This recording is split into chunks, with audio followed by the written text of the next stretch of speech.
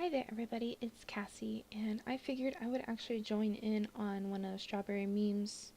For once, Strawberry Singh does a bunch of Second Life vlogger memes on YouTube. I'll make sure to link hers in the description below, but this one is all about the unspoken rules of Second Life. And I've seen quite a few of them, so I figured I would do my own spin on the unspoken rules of roleplay. That's normally what I love to do in Second Life, and I finally got back into it recently, so I've been having a lot of fun doing that, and I figured that's what I'll talk about. So I have 5 unspoken rules of roleplay, and I figured I'd break them down for you. The first unspoken rule of roleplay is wait for post order. A lot of people don't really expect this. I know it's very different with the family communities and maybe smaller role plays, but in larger settings like Revenland, Mischief Managed, Convergence, post order is extremely important. You want to never just go into a scene without actually um, seeing what's going on first. You don't want to just like post and like, hey guys, how it's going, and like there's like a huge war going on or something. So wait for post order, see who all is posting. If they're silent too, it's okay to IM them and poke them and make sure they are posting and they're not waiting on you.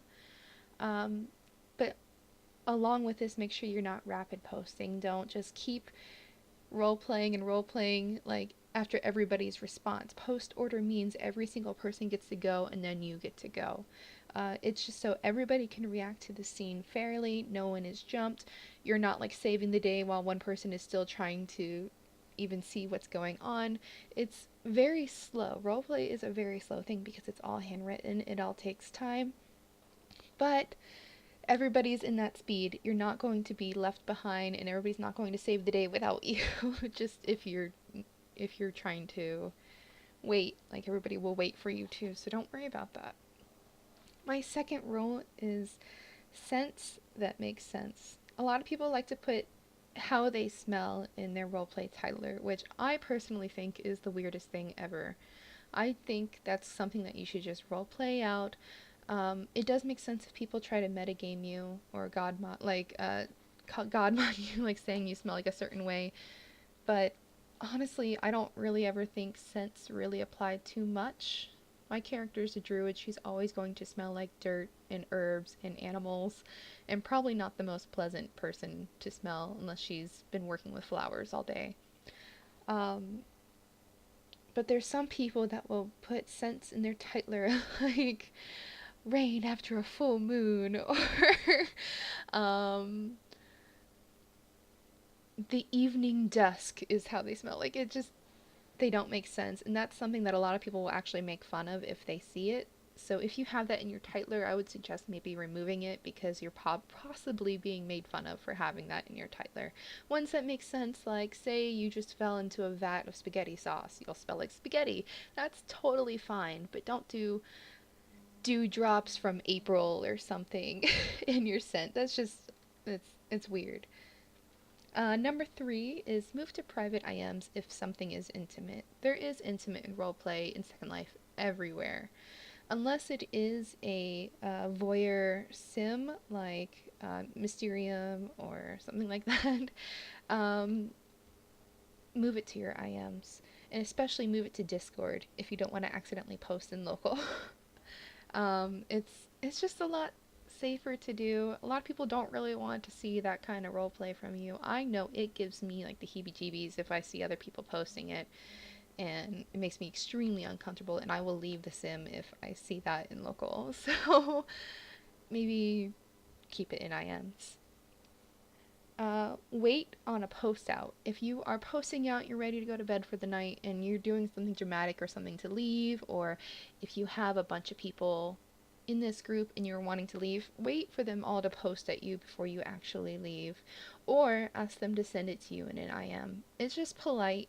It comes off very wrong if you just post out and then you leave the sim, or if you don't even post out, if you just leave. It's always good to at least like leave the sim so other people know what's going on and what to do, so they're not just left hanging. Like, are they there? Do we NPC them? Or do we say goodbye to them? What do we do? So it's always kind of good to wait on the post out and make sure you give them a clear description of what you're doing, just so They're not just assuming you're there watching invisibly or if you crashed, etc. And finally, I think this is the biggest pet peeve I ever have with roleplay. Don't be a Mary Sue. Mary Sues are people that come off as perfect. They're good at everything. They can dance, they can sing, they have perfect complexion, their parents love them, they're rich, they have the perfect figure, they're super shy about it though, and have a really hard time breaking out of their shell because they're so perfect and no one understands them. They also speak French. That's normally a big one too. Mary Sues are possibly the most boring character in the game because they're trying so hard to be perfect and liked and cool and the ideal character that there's nothing really for them to fall back on. There's no conflict. There's nothing to grow on. I normally like to play characters that are very stupid. I like to play characters that have a lot of development needed.